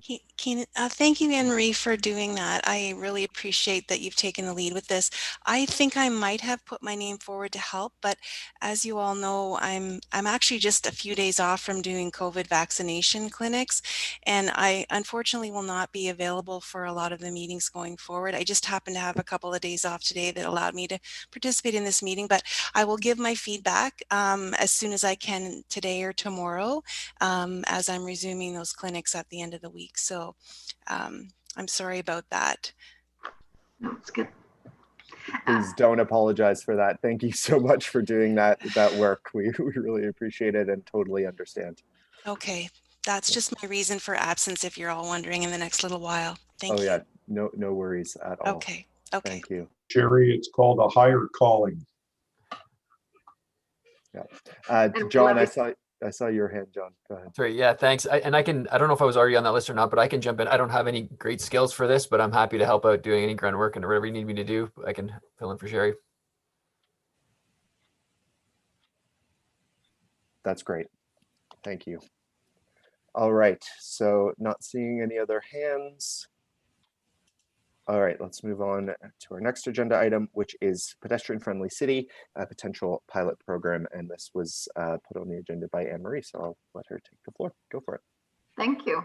I put it on the floor because it was a topic of conversation that came up, and I wanted to see if it was worth exploring with the committee around, is it something we would even consider a next step with? and how would it potentially tie to the mandate or not as we talk about our work plan. So the high level concept is, I'm not bringing a formal presentation forward at this time, but really looking at, as we potentially are improving assets and communicating about assets on the website, to looking at different infrastructure improvements across the city. You know, is there a place where we're taking on a particular position about being pedestrian friendly, and is that a goal we're working towards? So I think it was a concept idea, perhaps around multi-partnerships. Could be something lovely in the future, but to start, this is really more of a conversation that I thought had some great ideas. And it is, you know, would we see the city as a potential partner in incentivizing walking? And so it's more about, you know, we're talking about transit plans and connected communities and connected routes, concepts about, you know, food deserts and access to different key elements that probably are, you know, what people appreciate when they're deciding about where to live and how to navigate their neighborhoods, and wondering about, you know, what are we working towards? So do we have a role? Is there a role to play that we haven't looked at before around incentivizing walking? As an example. So from a Healthy Barrie project, from a well-being approach, when we look at improvements around active transportation and sustainability, is there a tie to wellness that we can make more formally? So while we might put up a map and say, you know, here's some great routes and trailheads, and this is where you can park your bike, and we want you to kind of explore, leave your car behind, is there a way in which we would consider incentivizing that? And how would we incentivize behavior? And would we look at certain partnerships? You know, and some ideas were generated, but not necessarily, you know, there's no necessary next steps. So, you know, would we incentivize individuals to step into a walking challenge, or, you know, keep a record of number of steps, have kind of a award for, you know, number of kilometers walked within a certain year? Is, you know, can we incentivize behavior by free garbage tags or transit aspects, or things that can be compensated that are reasonable? So these were just ideas, but it brought me back to, where's that linkage we formally make around incentivizing physical activity and walking within the ward or across the city. The other piece to that down the road makes me think a bit about, you know, how does this tie to the Healthy Barrie project? So we've seen researchers connected with the City of Barrie, the Public Health Unit, our Barrie Family Health Team, and others that have been mapping data around obesity, diabetes, different types of demographics. So would there ever be a linkage to say, you know, when we talk about a Healthy Barrie, part of it is about activation, and is there a role this committee can promote or support in a certain way? So I'm not sure if I've communicated that well, but it's more about how do we incentivize, and are there strings attached to what we're communicating and the work that we're doing on this committee? And are there ideas that this committee might come up with where we could take some next steps to kind of look at championing that adoption of pedestrian activation? All right, thank you so much, Anne-Marie. And I just wanted to clarify too. So, pedestrian-friendly city. I know, like, we've looked at like cycling-friendly cities, and that's like a formal designation process where you have to meet certain criteria. Is it the same with a pedestrian-friendly city? Is there a formal certification or organization that does that? I'm not hearing that there is. So it might just be a concept where we can dive a little deeper just to validate that, but I'm not. It was kind of brought forward to me as this could be innovative. We'd want to be careful about, but wouldn't it be great if we said Barrie is a pedestrian-friendly city? But what does that mean to us? And what are our key indicators? And what are we working towards? And how do we build that even into strategic directions? So, you know, if we do have this initiative about a connected community and well-being, you know, where do we show success? How do we show improvements over time? How do we show adoption of that behavior? And so is it about making a statement and then building towards it and measuring it? Because if you don't measure it, you don't kind of, you know where you're going. So I'm looking at just, is there a way in which we would promote or be deliberate around getting individuals activated and giving them or supporting in some way an initiative? So, you know, is it about tracking steps or mapping routes and having people join in some way that can contribute and feel part of it? But also to say, you know what, you've covered, 20 kilometers this month or in 2 months or this quarter.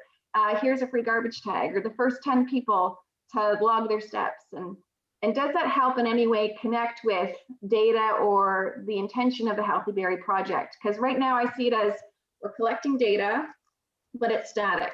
So how are we driving behavior? So maybe it's bringing Patrick Fang to the committee, if he hasn't been, to present on some of the health data across the city. It might be good points of information about where we are seeing different health stats. And if it is something that we say, right, maybe it informs what we want to do. Yeah, I like that approach. I think it would be very helpful to have the Healthy Berry project to come and present, and we can maybe see if they have opportunities for us as a committee. I see Tyler and then Sherry. Yeah, I think it's a good idea to try to facilitate a pedestrian-friendly city, and one of the major considerations in my mind towards that is urban design. And I know this was something that I had mentioned to the subcommittee that reviewed the OP, but Barry's also got some very important urban design guidelines underway. That wasn't something we had time to take a look at before the holidays, but it might be something this committee considers another subcommittee to take a look at, because it's quite a large document in and of itself. So just a thought. Yeah, that's a very good point. Do you think we should maybe reconvene that subcommittee who looked at the OP and do the same sort of process for the urban design guidelines if people are willing and don't able? want to volunteer my subcommittee members, but I think it was something we had discussed, so I'll let them speak for themselves. Okay, and maybe we can touch base after the meeting on that. I'll send those subcommittee members an email and see if there's interest there and the ability to participate. We'll go to Sherry next. Yes, I appreciate all of those ideas and insights that you have, Anne-Marie, about tying in wellness and health and the Healthy Berry Initiative and those indicators. I think there's a lot of great potential there for sure.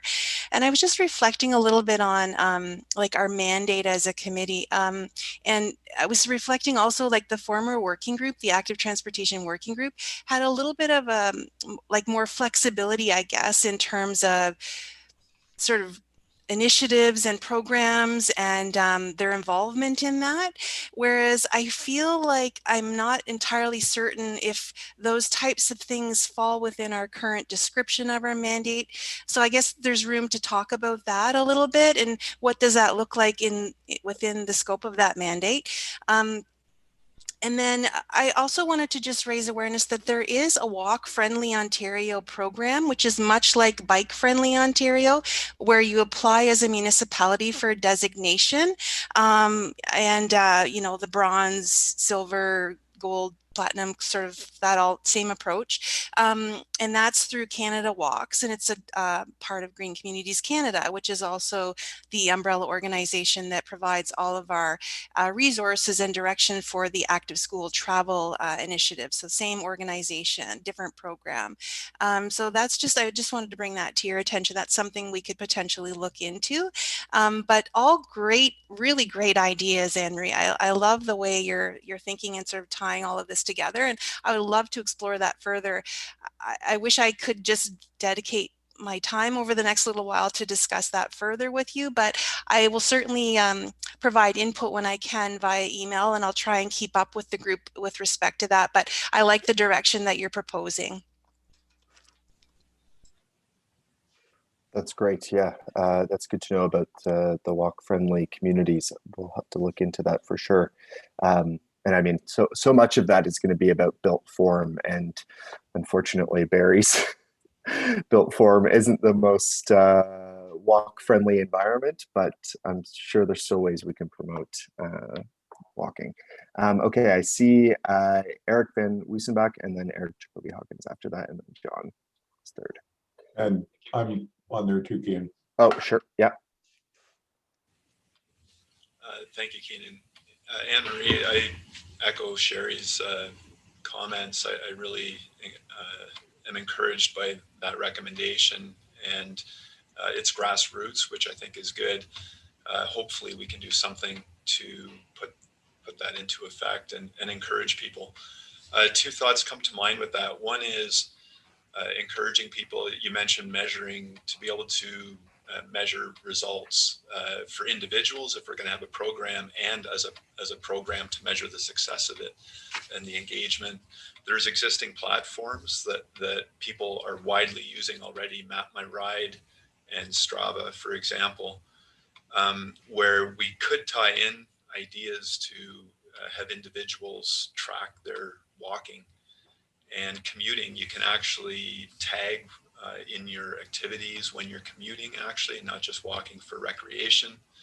This could be a method of encouraging people to your point. They walk 20 kilometers and they get free garbage tags or something.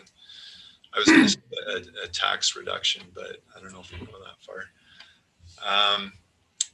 So that's one thing. I think it's a viable option to tie into existing platforms that could facilitate that. And then the other thought is education. Part of that to be education, not just on the pedestrian side to encourage people to walk, but to drivers, because part of what discourages some people from walking is having to deal with drivers, vehicles on the road. So just a positive awareness campaign of, hey, you're sharing the road in the city, not just out in the country where you see a share the road sign, but in the city, you're sharing roads with people who are crossing with strollers, who are crossing slowly because they have some sort of mobility issue, and a sensitivity to that I think would be part of a campaign like that, would be an important part of a campaign like that. Anyway, just some ideas, but certainly I'd like to help out however I can. That's great. Thank you. And great suggestion around platforms like Strava. I know our staff do tap into that data already, and maybe there's an opportunity there for us to encourage greater participation in that sort of platform. Okay, I have the other Eric has his hand up. Yeah, I vaguely recall from the working group years ago when we did the application for our bike-friendly status that we talked about doing something similar for a walk status, although it could be it didn't exist yet. It's now. You just muted yourself, I think, by accident. Oh, sorry, I went to the other tab. Walkfriendly.ca is the site, and so I don't know if it existed at the time that we were discussing that. I don't know if Sherry would remember that, but it seems to me that there'd be a fair bit of overlap when we're applying for bike-friendly status and walk-friendly status. Some of the indicators would be similar, and certainly if we had a team working on updating that application, they could probably do both of them at the same time without having to double the workload. So that would be, I think, definitely should be included in our future applications. And along with being a pollinator-friendly city, we could maybe start billing ourselves as Ontario's most friendly city or something like that. If we can get to all these friendly designations, it'll be an extra bonus there. Yeah, good point.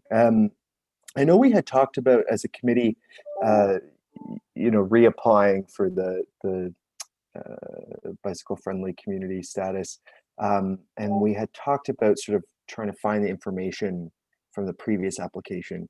I don't know if Sherry, do you remember if we were able to track down that information or not? I don't think we did, Keenan. I think it sits with, sorry, I'm gapping, Wendy Levenmark. Okay, yeah. I believe she has that. Okay, let me make a note. right now to request that information if she has it.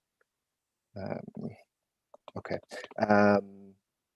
All right, we had John next on the list, and then Al, and then I saw Anne-Marie's hand as well.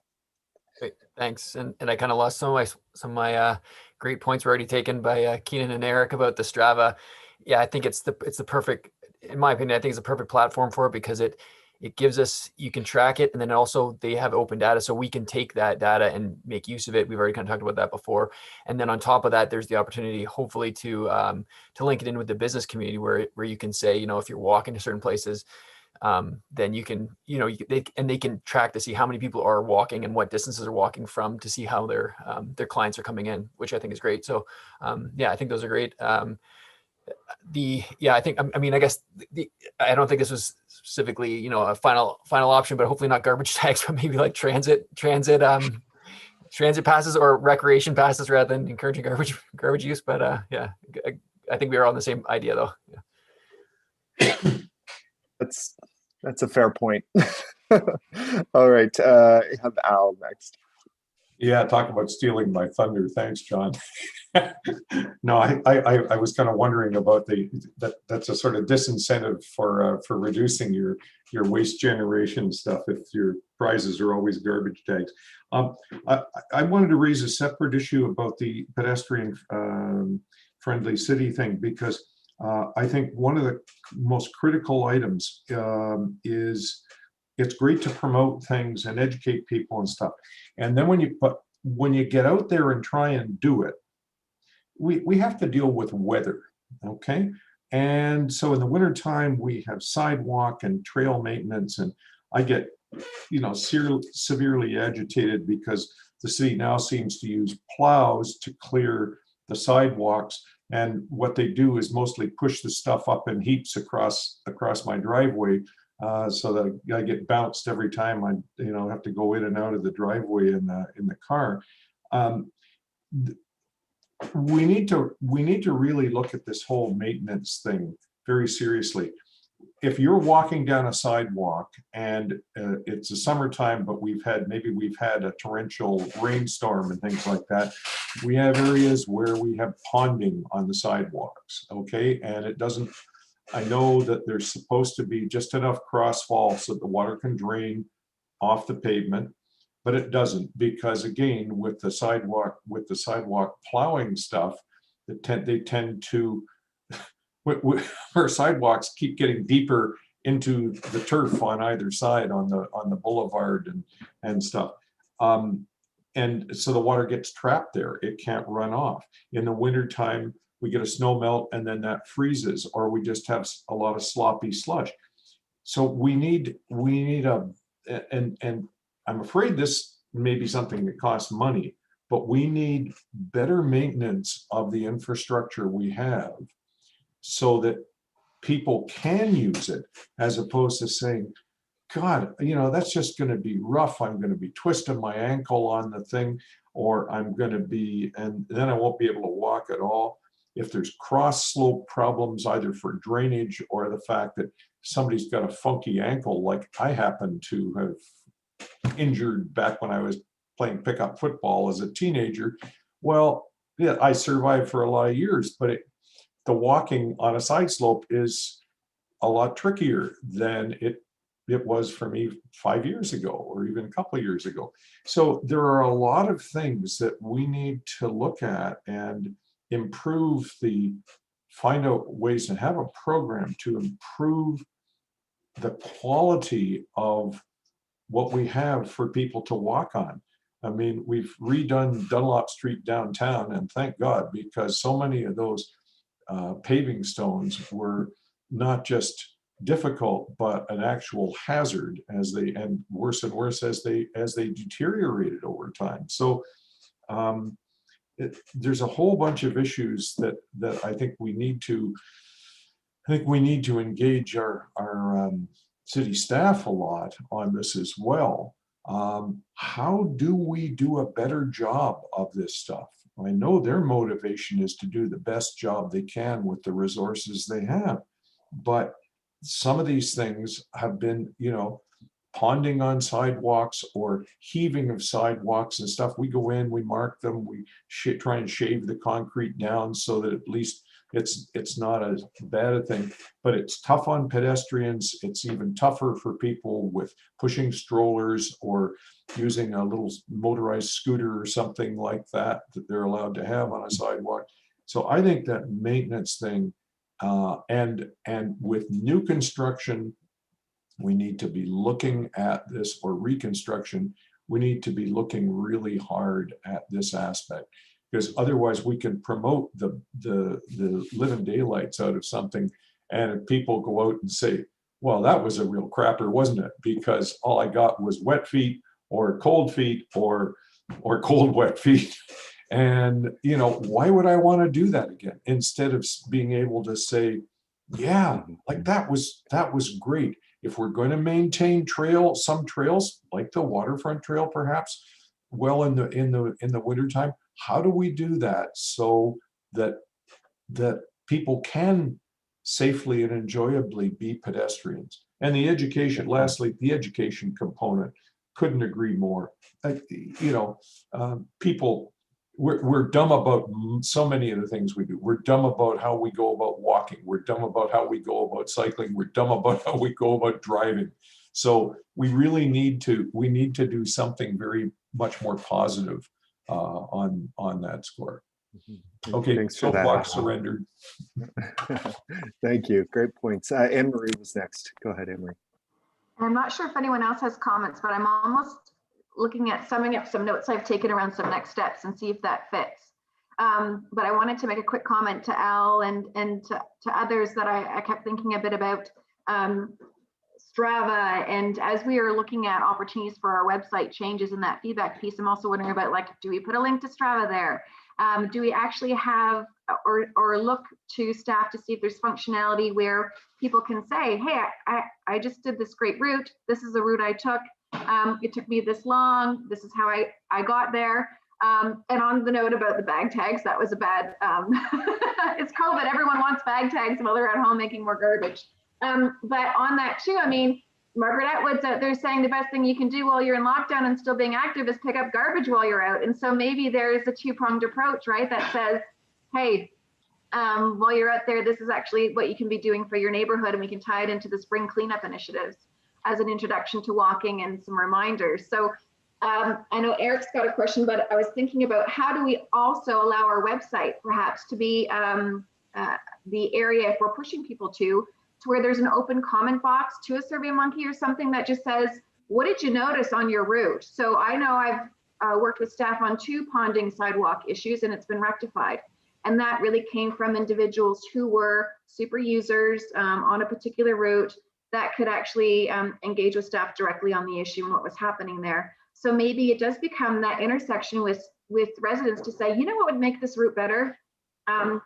You know, change the curb, or you know what, this is a really accessible route. I'm kind of impressed, but you need some signage, or you know, let's see if we can get people out there. We need an issue addressed around maintenance. But I think it could be where, you know, that could triage to being just a collection of feedback that can go to staff and see what's appropriate and applicable. Absolutely, very good points. And maybe that's something as simple as just pushing the Service Berry phone number and email in that particular context on the web page. You know, yeah. If you see an issue along your route. But if we could source it, maybe there's a theme there that might generate action to this committee or the accessibility committee. It might be good feedback and to kind of say if it's not a one-off, but a bigger approach. Yeah, good point. Eric, is your hand actually Eric Van Wiesenbach and then Eric Jacoby Hawkins. You both have your hands up. Go ahead. Thank you. Yeah, two things come to mind. If the city is already buying Strava data, is it possible we, to Anne Marie's suggestion, link that on the website and show the Strava data, show the heat map, and that anyone visiting can see where people are already riding or walking or both. That could be valuable right there without any extra cost or just a link and it's done. Secondly, crowdsourcing repairs of sidewalks to address Al's concern. 100% we should improve or encourage that feedback from citizens. I know from personal experience, I mentioned at a previous meeting, the city Facebook page has been a great channel for me, and the response, however they're managing it, the way they create work tickets or whatever it is, man, excellent response. You know, cleaning up garbage off the side of the road where I walk here to work, cutting grass, weeds that are over, you know, blocking the sidewalk basically because they're so heavy. Good response. And if we can encourage that, then maybe with the existing services and maintenance that the city is already doing, we address, you know, the old 80-20, maybe we address 80% of the issues that Al is identifying just with our existing services, but the city needs to know about it, so crowdsource it. Yeah, excellent points. And before we go to the other, Eric, I don't know if there's a member of staff here who is plugged into that Strava data and knows if there's a possibility of sort of publicizing that. Brett? Yeah, I'd have to look into that with our IT GIS department to see what exactly they do with it. We've looked at it a little bit just to overlay that with some of our capital planning work. But I just wanted to touch on, yeah, the Service Berry is absolutely the best channel. And I think there's a lot of opportunities with this website revamp, which I think is excellent. What the committee's doing is we can steer a lot of these kind of immediate needs to that, but then also flag or potentially have some sort of intake or commenting section for, as Councillor Kungle noted, bigger picture items that we could look at as a committee, and you folks could feedback to us as things you'd want us to look at. So I think that's really great. Okay, awesome. Thank you for that, Brett. We'll go to the other Eric, and then I see John's hand after that. And we are coming up to noon, so just wanted to note that for the committee. Thanks. I'm handicapped by not using a smartphone myself, but this sounds to me like something that should be or hopefully already is incorporated in the Ping Street app that we distribute. And we should make sure anything else we do links that as well. Good point. That's something we can look into for sure. Okay, John, go ahead. Yeah, sorry, I think Eric had it, the Ping Street app. That was what I was going to mention. Yeah, great. Awesome. Perfect. Any other members of the committee have any thoughts on this piece? Anne-Marie, any final? I know you were making notes about sort of next steps. Yeah. I mean, I have some next steps. I'm going to check on that previous application for the bicycle-friendly community and see if we can maybe restart that effort alongside a walk-friendly community effort. I don't know if you had other next steps for us or final yeah, thoughts. so I wanted to, sure. So I was thinking about what I can bring back by next meeting or see what we can generate online for next meeting if we've got room on the agenda. I'll actually, I'll look to staff. Let me know if you want me to engage you in particular about this, but I'll inquire about Strava. I'll also inquire about Ping Street in general, just about finding out who's my main point of contact for those applications and who needs to be engaged as we move forward. The other piece, so I know Tyler talked a bit about urban design, and I was thinking about Jordan Lambie and some other conversations in the planning department I've had around that. So I was wondering about the order of kind of three things. Is it the review, which might be more time sensitive around urban design?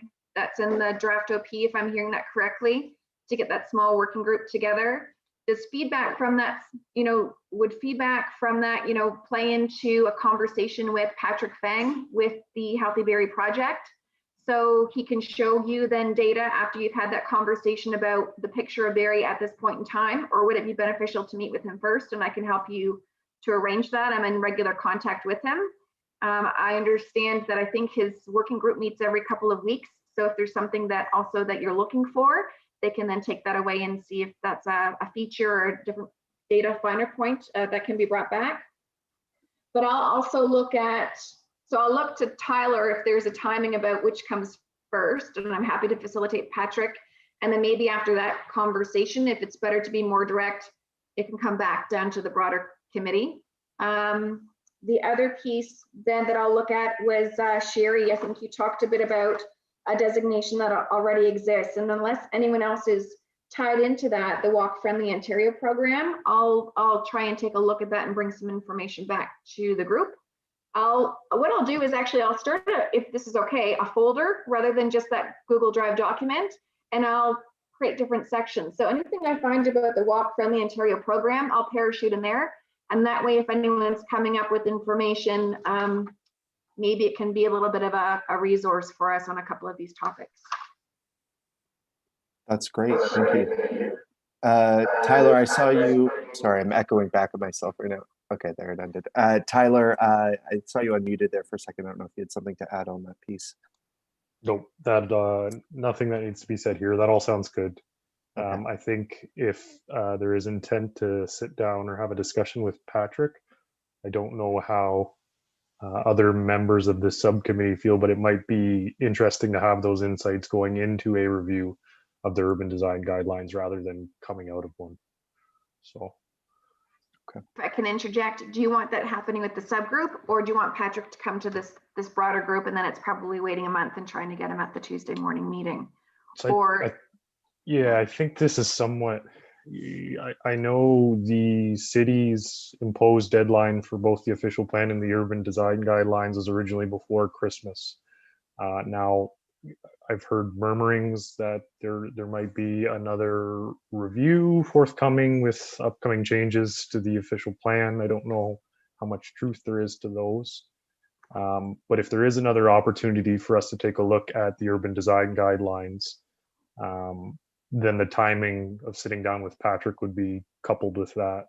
So I guess maybe the best direction is we get an update from the city to try to understand timing. I'll reach out if you want, Keenan, with Michelle and see. I thought there was a next round, but I'm not sure what format that consultation will be in, unless Terry, you know, but I can reach out to Michelle. Yeah, sure. Yeah, or Kathy Suggett probably would know best on that piece. Yeah, that'd be great. I did see Brett has his hand raised, and so did Kevin Bradley. So we'll go to Brett and then Kevin. Yeah, I can follow up with just a quick comment. I believe that Kathy Suggett is. I'm not sure that it was last Friday or this coming Friday will be her last day with the city. I think it was last Friday, but maybe Tara was nodding her head. She's gone to BC. Oh, thanks. Brett, go ahead. No problem. Oh, you could follow it up probably with Thomas Wierspa. He was sort of 2IC on that. Thank you. So I'm happy to follow with Thomas about the urban design comments, and I can report back to Tara to the committee. She can convey that information, and I can also follow up with Brent in our ITGIS department on the Strava data. I'm in contact with them about some other. We're slowly working towards some other mapping updates to help us with this AT effort. So I can take that on myself as well. That'd be great. Thank you so much. Kevin, did you have something to add? Oh, just quickly, if you go to the Buildingberry webpage, you'll see the update for the official plan, which indicates that there will be, as of May 2021, another public process, including a statutory open house. So there is information on the Buildingberry webpage, and inclusive of the urban design guidelines. Then the only thing, the other information I want to pass along to the committee is there is some really interesting work out of Edmonton. Their Winter City urban design guidelines, as well as there is a wintercity.org, which looks at urban design, architecture, landscape architecture, and how those disciplines can contribute to walkable cities, pedestrian friendly cities in a winter environment, which is Barrie as well. So thought I'd just pass that along to you. That's great. Thank you. Jeff, I see your hand there. Go ahead. Yeah, I just want to add too, I'm wondering if the sidewalk infill program might be helpful for this committee. It's just a resource. And then maybe Cheryl Dillon as well, as far as AODA compliance and that sort of thing with pedestrian signals and traffic signals. Yeah, absolutely. Okay. Great suggestions. Okay. Any other thoughts on that piece? We have a few action items moving forward and people taking those on. Emery, go ahead. I guess it's more just so I'm looking more at the next month being information gathering, seeing where we get to, but maybe then in 2 months, do we have a more dedicated conversation with other members? Jeff, as you're noting, I'm just thinking about getting those individuals booked in and then looking more strategically at connecting some dots about who needs to be involved and where this is going. Just wondering about if we can forecast that out, or maybe I'm jumping the gun here, but I'm thinking if we can get some information together, maybe it's then a more direct dialogue across different stakeholders and staff around next steps and scoping out what's possible. Yeah, absolutely. I like that approach. So over the next month before our March meeting, we can gather that information and then have a more formal agenda item on the April meeting to have that discussion and bring together those different stakeholders. Does that sound good? Yeah, so I can share it in the meantime with Seniors Advisory Council, because they might want to have a rep join. I'm not sure all up to Tara about logistics, but around transportation, navigation, and all those aspects. They might be interested to hear about how that's being considered too. And Cheryl Dillon's probably a good person. I think she sits on Seniors and she also sits on the Accessibility Advisory. So she's kind of a good link in that respect. Jeff, go ahead. Yeah, I just want to add, like you say, Anne-Marie, we do have a lot of tools in our toolbox for pedestrian safety that would be great information for the committee. Cool. Okay. Anything else to add on this pedestrian piece? All right, looking good. I do want to take a second. If there are any agenda items that people would like for next month's meeting, or something they wanted to raise now as a point of conversation. I know some things may have gotten lost in the shuffle with the canceled meetings and with so much going on. So I just wanted to provide a quick opportunity for committee members on that. I see John's hand and then I see Eric Jacoby Hawkins' hand. John, go ahead. So yeah, mine's just a quick one and more about the format of our meeting. I'm wondering if there's an opportunity at the very start of our meeting to give a chance to anyone who's just happens to be joining our meeting to say what they're there for, to say, you know, I've just come here for the first time. I just want to see can you fix the sidewalk over here? Just because it's a long meeting, it's a difficult time to get to. I don't want to have to wait 2 hours for someone to say, hey, you know, by the way, can you fix this for me here? So, and not that, you know, at least for them to get the opportunity to talk right off the bat and you know, be more welcoming to someone coming in. Just an idea. Yeah, sure. So you mean like people? I'm just thinking like anyone new, is if someone comes into the meeting, someone who comes in new, who's the first time coming there, you know, sometimes we introduce them, but they might not have an opportunity to talk until the end of the meeting. Right. If we can give them the chance to talk at the start, maybe they only have to be there for 10 minutes and they don't have to spend 2 hours. I hope people want to listen to everything we have to say, but it's a difficult time to spend 2 hours in the middle of the week. So if we could just kind of provide that opportunity, you know, at the very start of the meeting, I guess we can see if someone new has come in there to say, you know, is there something you'd like to kind of talk about? Is there anything you've got concerns with? And not, you know, not necessarily to put them on the spot to say, you know, tell us everything you know about active transportation, but just if they came there for that specific reason, I don't want them to have to wait 2 hours to give their input or, you know, to feel welcome. Yeah, that's a good point. Tara? So the meetings, you have to have an item that's on the agenda. You can't just one of the residents just bring up something they don't like something, they want something changed. That's, you know, Service Berry. If they want some construction or, you know, they need something done, then you're going to have to contact Service Berry. If somebody wants to write in and have comments, and they'd have to they can email the city clerks at berry.ca if they have anything like that. But we can't discuss any new items or business unless it's on the agenda. So on that point, maybe that's something we want to look at with the website. An important piece of the webpage is to maybe have sort of a request to speak to the committee, and whether that goes through the clerk's office or Service Berry or whatever, then we can, you know, have that request in advance of the meeting and then make arrangements to have an agenda item at the beginning of the meeting to accommodate that request. Perfect. Sounds good. Great. Thanks. Okay. Awesome. Eric Jacoby Hawkins. Go ahead. Yes, just wanted to see if we can get an update in a future meeting of where we are on looking at using local improvement charges as a financing tool for building owners to implement energy efficiency. I know we had someone about a year ago we talked to from staff, and then I don't know where it went after that. So if we could bring that back onto the agenda and then try and put together a program for the city. Yeah, for sure. And I know the community energy plan and greenhouse gas reduction plan stakeholder group that's meeting and working on drafting those plans right now. That's been something that's been talked about as part of that plan. So perhaps that can tie into a broader update on that work, because it's definitely something that this committee will be interested in. So maybe once there's a more formal report from that stakeholder advisory group, then we can ask about that as well. Great suggestion. I see Anne Marie's hand. Just and then quickly, Tyler's hand. thank you. I know we have a vacancy, and I wasn't sure, Tara or Keenan, if you're able to forecast if we will know or have that filled and be welcoming a new member by next meeting, or if that's being pushed out with some other delays. I believe there is a report coming to general committee. It's anticipated for the end of February. And everything is closed and everything like that, but we need to bring the recommendation to council. So I believe at the end of February. Good point. Thanks for bringing that up. Tyler?